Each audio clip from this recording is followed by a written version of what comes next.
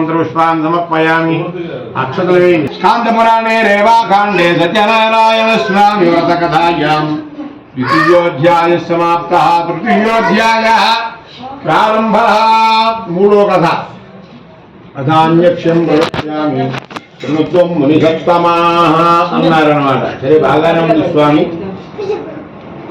ఇంకా ఎవరు చేశారయ్యా వ్రతాన్ని అని చెప్పారు. చాలా మంది ఉన్నారయ్యా.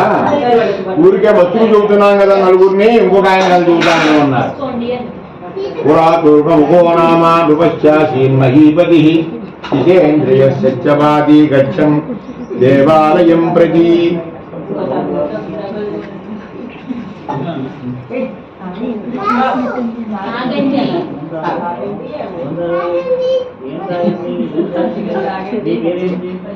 పూర్వం ఒకానొక కాలముందున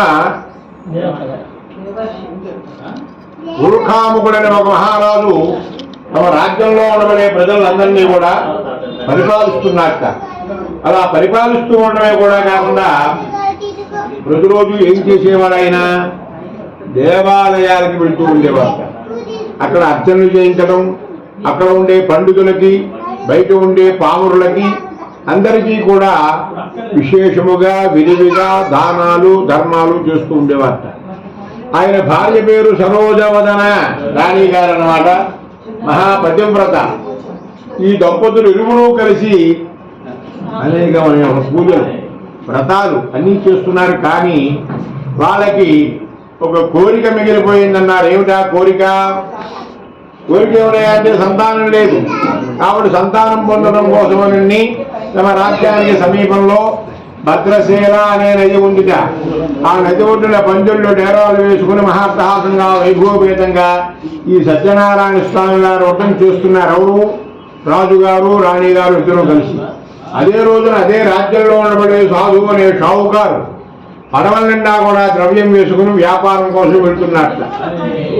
ఇప్పట్లాగా పెద్ద పెద్ద లారీలు, రైళ్లు, లారీలు ఇటువంటివన్నీ ఉండేవి కాదుట. పెద్ద పెద్ద హైవేలు కూడా లేవుట అప్పట్లో. ఎడ్ల వాళ్ళ మీద కానీ, పడవల మీద కానీ, లేకపోతే ఇంకొంచెం పెద్దదైతే ఓడల్లో వ్యాపారాలు జరిగేవి అప్పట్లో. కాబట్టి అలా వెళుతుంటే ఆ నదీ తీరం అంటే ఈ పడవలో వెళ్తున్నాడనే షావు గారు కనబడ్డారు. చాలా జనం సమూహం, పందిళ్ళు, డేరా ఇవన్నీ కనబడ్డాయి. ఈయన అక్కడికి వెళ్ళారు. అదంతా చూశాడు. రాజుగారిని అడిగాడు. తీర్థాలు తీసుకున్నాడు, ప్రసాదాలు పుచ్చుకున్నాడు. ఎందుకు చేస్తున్నావయ్యా అంటే సంతానం కోసం చేస్తున్నానయ్యా అని చెప్పారు రాజుగారు. ఈయన కూడా వెంటనే అనుకున్నాడు, అయ్యో నాకు కూడా సంతానం లేదు, కానీ నాకు కూడా సంతానం కలిగితే వ్రతం చేస్తా అని చెప్పి చిన్న కండిషన్ పెట్టి ఆయన కూడా నమస్కారం చేశాడు.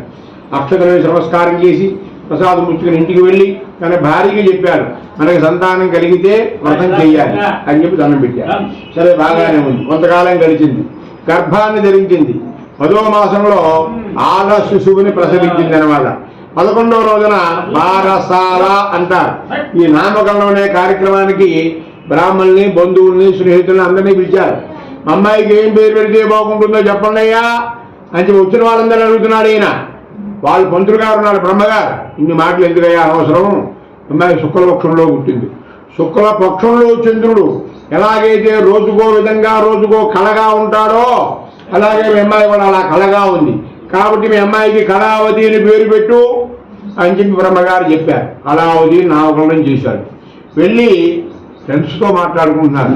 భార్య అనుకుంటోంది, ఈయన మనకు సంతానం కలిగితే వ్రతం చేస్తా అని చెప్పారు, మరి చేయట్లేదు. ఏమిటో అని చెప్పి దగ్గరికి వెళ్ళి అలకరిస్తోందన్నమాట. స్వామి నో మధురం వచః అన్నారు.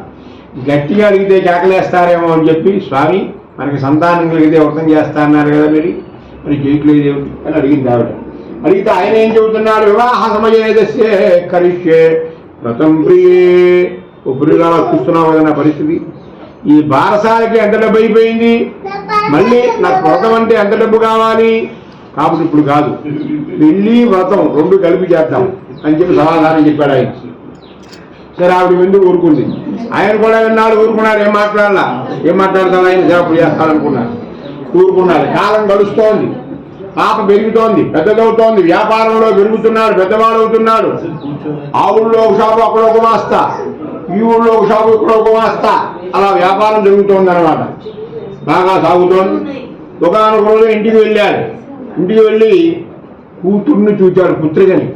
చూడగానే తండ్రి మనస్సులో అనిపిస్తోంది అన్నమాట, అమ్మాయికి యుక్త వయస్సు వస్తోంది కాబట్టి కన్యాదాన ఫలితం కావాలి అంటే రజస్వలాత్పూర్వమే కన్యాదానం చేయాలి అనుకున్నాడు. తన దగ్గర ఉండబడే 4 గుమాస్తాన్ని పిలిచాడు. ఆమె ఎలా చెప్పాడనమాట, తస్మాదేకం మణిపుత్రం సుందరం గుణాన్వితం. అందగాడుగా ఉండాలి, బుద్ధివంతులుగా ఉండాలి, విద్యావంతులుగా ఉండాలి, మంచి వ్యాపారవేత్త, పెద్ద పెద్ద వ్యాపారాలు ఉండాలి, మణిపుత్రం వ్యాపారవేత్తగా ఉండాలయ్యా. కాబట్టి మా అమ్మాయి ఒక్కతే, ఎక్కడ కూడా ఒకడైతే సంతోషం. ఏం చెప్పారు ఇవన్నీ, ఎవరు చెప్పారు, పంపించారు. పెళ్లి కొడుకుని పంపించారు. మా పూర్వమంతులు గారిని పిలిచారు. లగ్నాలు మార్చుకున్నారు, తాంబూలాలు పుచ్చుకున్నారు, పెళ్లి కూడా చేసేశారు. భాగ్యవశాత్తేనా విశ్రుతం వ్రతముత్తమం. ఒక్కొక్కసారి అదృష్టమో దురదృష్టమో తెలియదు కానీ మర్చిపోతూ ఉంటాము. అదే ఒక్కోసారి మంచి, ఒక్కోసారి చెడు కూడా అవుతుందన్నారు. కాబట్టి ఏం జరిగిందయ్యా అంటే, ఈ వివాహం అనే అడావుల్లో వ్రతమాలనే మాత్రం మర్చిపోయారు. ఎప్పుడో 10 ఏళ్ల క్రితం అనుకున్నారు, కాలం గడిచిపోయింది, మరుగులు పడిపోయింది అనమాట. భార్యాభర్తలు ఇద్దరూ మర్చిపోయారు. పూర్వం భార్య గుర్తు చేసింది ఏమండి అని, ఇప్పుడు ఆవిడ కూడా గుర్తులేదు. కాలం గడిచిపోతోంది, వ్యాపారాలు సాగుతున్నాయి. ఒకనొక రోజున అనుకున్నాడు అనమాట, ఇంత వ్యాపారం ఉంది, ఇదంతా అల్లుడు గారికి అప్పచెప్పాలి, ఇతనికి నైపుణ్యం ఉందో లేదో తెలియదు, కాబట్టి ఈయన కూడా తీసుకుని వెళదాం వ్యాపారానికి అనుకున్నారు. వ్యాపారానికి వెళుతున్నారు. ఏం వ్యాపారం? ఉప్పు పప్పు చింతపండు వ్యాపారం కాదు, జ్యువెలరీ, వజ్ర వైఢూర్య మరగద మాణిక్య గోమేదిక పుష్యరాగా ఇట్లాంటి నగలన్నీ కూడా వేసుకుని వెళ్ళారు. ఎక్కడికి వెళ్ళారు? ఆ రాజ్యం పేరు కూడా రత్నసానోపురం అంట. రత్నసాను అనే పురానికి నవరత్నాల వ్యాపారం చేయడానికి వెళ్ళారన్నమాట. ఆ ఊళ్ళో ఉన్న ఆడవాళ్ళంతా చక్కగా నగలు బాగున్నాయనుకున్నారు, కొనేసేసేసారు. సాయంత్రానికి మొత్తం పడవంతా ఖాళీ అయిపోయింది. పడవంతా ఖాళీ అయిపోయిందంటే ఎంత పెట్టుబడి పెట్టారో అంతకు రెట్టింపు లాభం, రూపాయికి రూపాయి అన్నట్టుగా బాగా లాభాలు వచ్చినాయి. ఇక అవి సూర్యాస్తమయం అయిపోతుందన్నమాట. హైవే మీద వెళ్ళినట్టుగా పొలంలో రాత్రిపూట ప్రయాణం చేయలేదు. కాబట్టి అమ్మదంతా సట్టే చేసుకుని ఆ మిగిలింది ఏదో తిని అదే పడవలో పడుకుని హాయిగా పడుకుని నిద్రపోతున్నారు. అదే రోజు రాత్రి కొందరు మాయదొంగలు ఆ రాజుగారు కోటలో ప్రవేశించారు. కోట పగలగొట్టారు, ధనం దోచుకున్నారు. నిజమైన దొంగలైతే అక్కడే దొరికేవాళ్ళు. ఇప్పుడు మాయ దొంగలు కాదు, పారిపోయి తీసుకొచ్చి ఆ దొంగిలించిన ధనాన్ని ఈ నిద్రపోతున్నటువంటి షావుకారు పడవలో పడేశారు. అలా పడేస్తే వాళ్ళంతా దొంగలు అమ్మడిస్తూ వచ్చారు కదా, ఆ నిద్రిస్తున్నటువంటి షావుకారు నిద్ర లేపారు. వచ్చి వస్తువులారా, రాజుగారింటో దొంగతనం జరిగిందయ్యా, రాజుగారింటో పోయిన ధనం మీ పడవల్లో ఉంది, మీరు దొంగలు అని చెప్పి తీసుకెళ్లారు. చేతులు విషయాలు నుంచి పెట్టారు. రాజా వీళ్ళు పగలలా బేరం ఉన్నారు, వ్యాపారం ఉన్నారు, మొట్టమొదటి కొడగే కన్నం వేసి చేశారు. ఇలా వదిలేస్తే సరే నుంచి సామాన్యమైన ప్రజల్ని వీళ్ళు బతకనివ్వరు, ఘరానా దొంగల్లా ఉన్నారయ్యా వీళ్ళు, కాబట్టి కఠినంగా శిక్షించండి అని చెప్పారన్నమాట. కఠినంగా శిక్షించండి అంటే వీళ్ళు కూడా చెప్పారు, మేము దొంగలు ఏమిటయ్యా, పక్క రాష్ట్రం నుంచి వ్యాపారం చేసుకోవడానికి వస్తే మమ్మల్ని దొంగలు అంటారేమిటి అని అడిగారట వీళ్ళు కూడా. కానీ ఈశ్వరుడు యొక్క అనుగ్రహం మన మీద లేకపోవడం కారణం చేత ఏం చేశారయ్యా అంటే, చక్కగా ఆయన అన్నట్ట ఏ దొంగ అయినా దొంగతనం చేశామని చెబుతారంటయ్యా. కాబట్టి కారాకారే విచారత, వీళ్ళని అసలు విచారణ చేయాల్సిన పనేం లేదయ్యా, తీసుకెళ్ళి పాతాళంలో కారాగృహంలో బంధించేయండి. వీళ్ళ డబ్బు కానీ మన డబ్బు కానీ ఏది ఉంటే అది మొత్తం కోట్ల ఖజానాలో జమగా పడేయండియా అన్నారు. ఆ డబ్బు కాస్త ఖజానా పాలైపోయింది. ఇంటి దగ్గర జైలు పాలైపోయినారు. ఇంటి దగ్గర ఆడవాళ్ళు ఎలా ఉన్నారయ్యా అంటే, ఆ దివ్యాదిక్షమాయుక్త క్షుప్తిపాసాతి దుఃఖిత అన్నచింత పరాభూత నిత్యం భ్రభ్రాముచ గృహే అన్నారన్నమాట. కలిమింగన వెలగబండు గదరాసుముదన్న సామెతగా అటువంటి కోటీశ్వరుడైన షావుకారింటో కూడాను ఎక్కడ ధనం అక్కడే నశించిపోతుందన్నమాట. అటువంటి స్థితిలో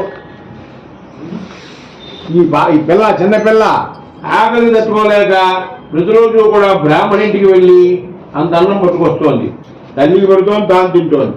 అలాగే ఒకనొక రోజున అన్నం తీసుకొద్దాం కదా అని చెప్పి ఆ ఇంటికి వెళితే ఇలాగే సత్యనారాయణ స్వామి వారి వ్రతం జరుగుతోందిట. ఆ వ్రతం అయ్యేదాకా ఉండి ఆ అమ్మాయికి అంత అన్నం అంత ప్రసాదించి పంపించారు. అప్పుడు అన్నం తీసుకుని ఇంటికి వస్తాకల్లా అర్ధరాత్రి పూట తల్లి కేకలేస్తోంది, అమ్మాయి అసలు ఏమిటి పరిస్థితి, ఎక్కడికి వెళ్ళావు నువ్వు, ఏం చేస్తున్నావు ఇప్పటిదాకా, మన పరిస్థితి ఏమిటి, మనమేమిటి, ఇప్పటిదాకా ఏం చేస్తున్నావమ్మా అని చెప్పి ఆ అమ్మాయిని కేకలేసింది. ఆ అమ్మాయి చెబుతోంది, విజాలయే ఒక మాత, మా బ్రాహ్మణింటికి వెళ్ళారమ్మా, ఇదిగో మా ప్రసాదం అని చెప్పి ఆ ప్రసాదాన్ని తల్లికి పెట్టిందనమాట. ఆ ప్రసాదానికి తల్లికి పెడితే ఆ తల్లి ప్రసాదం చూసి ఇలా అనుకుంటుందన్నమాట, ఇదే ప్రసాదం తీసుకొచ్చి మీ నాన్నగారు నువ్వు పుట్టక ముందు, నువ్వు పుడితే ఈ వ్రతం చేస్తా అన్నారు, నువ్వు పుట్టాక నీ పెళ్లిలో చేస్తా అన్నారు. నీ పెళ్లిలో కాదు, ఇవాళ వరకు కూడా మనం ఏ వ్రతము ఏ పూజలు చెయ్యలేదు, అందువలననే మనకి ఇన్ని కష్టాలు వచ్చి ఉంటాయి అని చెప్పనుకొని అందులో కూడా మళ్ళీ నమస్కారం చేశారు. ఈశ్వరా, మా భర్త మా అల్లుడు వ్యాపారం అని వెళ్ళారు, మళ్ళీ రాలేదు, వాళ్ళు వస్తే తప్పకుండా మీ పూజ నేను చేస్తాను అని చెప్పి వెళుతూ దండం పెట్టారు. ఇప్పుడే దండం పెట్టారు, పరమాత్మ అల్ప సంతోషి కదూ, ఆత్మత్రాణ పరాయణుడు కదూ, వెంటనే సంతోషించి ఆ చంద్రకేతు మహారాజుకి స్వప్నంలో చెబుతున్నాడు, చంద్రకేతు మహారాజా, ఈ కారాగృహంలో బంధించిన షావుకారులు దొంగలు కాదు, వాళ్ళని అనవసరంగా ఇబ్బంది పెడుతున్నావు, బాధిస్తున్నావు, కాబట్టి వాళ్ళు విడిచిపెట్టేసేయి అని చెప్పేసేసేసి పరమాత్మ చెప్పారు. మర్నాడు పొద్దున్నే వాళ్ళిద్దరిని పిలిపించారు, ఓ ఉత్తమారా, మీ మూలకంగా రాత్రి నాకు సత్యనారాయణ స్వామి వారి దర్శనం కలిగింది, కాబట్టి మీరు మా దేవుడిలో క్షౌరం చేయించుకోండి, నూతన వస్త్రాలు ధరించండి, పంచపక్ష పరమాన్నాలు భోజనాలు చేయండి, మీరు ఎప్పుడైతే ఖజానాలో జమగా ఉందో అంతకు రెట్టింపు, రూపాయి అయితే 2 రూపాయలు, ఒక పడవ అయితే 2 పడవలు ధనం తీసుకోండి, మీ ఇంటికి వెళ్ళండి, మీరు సుఖంగా ఉండండి అని చెప్పారట. అదే ప్రకారముగా వాళ్ళు వాళ్ళ ధనానికి రెట్టింపు ధనం తీసుకుని వాళ్ళ ఇంటికి బయలుదేరుతున్నారు. బయలుదేరడానికి సిద్ధంగా ఉన్నారట. గోవిందా తొడకలు వేయండి, మీరు ఒక కొబ్బరికాయ కొట్టండి, మీరు అన్ని కాయలు మీరే కొడితే ఎత్తవారు అడగరు, మా అమ్మాయితో కాయ కొట్టలేదని ఇలా పెట్టండి, అదే బెటరు. ఇది ఏంటి, ఇది ఏమవుతుందంటే అల్లుకున్నట్టు పట్టుకున్నారు, ఒక వేరు ఏం పర్లేదమ్మా, చెయ్యి పైకి లేపండి, కొంచెం ఆ చెయ్యి పైకి లేపాలి, ఈ చెయ్యి పైకి లేపాలి, ఏం పర్లేదు, శుభ్రంగా కొడతారు. మీరు చెయ్యి కింద తెంపద్దమ్మా, పైకే పెట్టండి, పడండి గట్టిగా గట్టిగా, పగిలేపోయింది.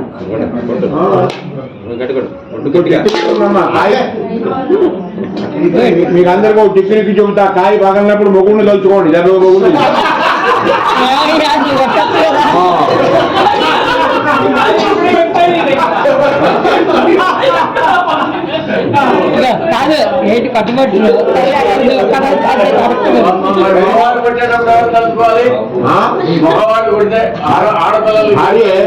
భార్యనే దేవత, శక్తి స్వరూపం, సర్వశక్తి వస్తుంది అక్కడి నుంచి.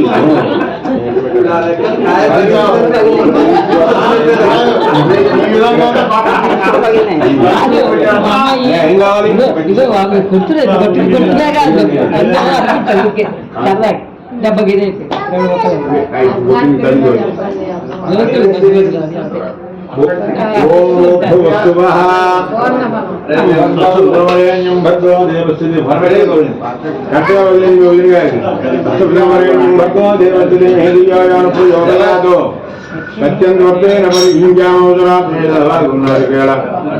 జగలాన్ నివేదయామి, కదలీ ఫలం నివేదయామి. ఓం ప్రాణాయ స్వాహా, ఓం సమానాయ స్వాహా, ఓం యానాయ స్వాహా, ఓం ఉదానాయ స్వాహా, ఓం సమానాయ స్వాహా, బ్రహ్మణే స్వాహా. మధ్య మధ్య సమర్పయామి. బొట్ని శుద్ధాజం సమర్పయారతి సంభ్రాజించ విరాజించాక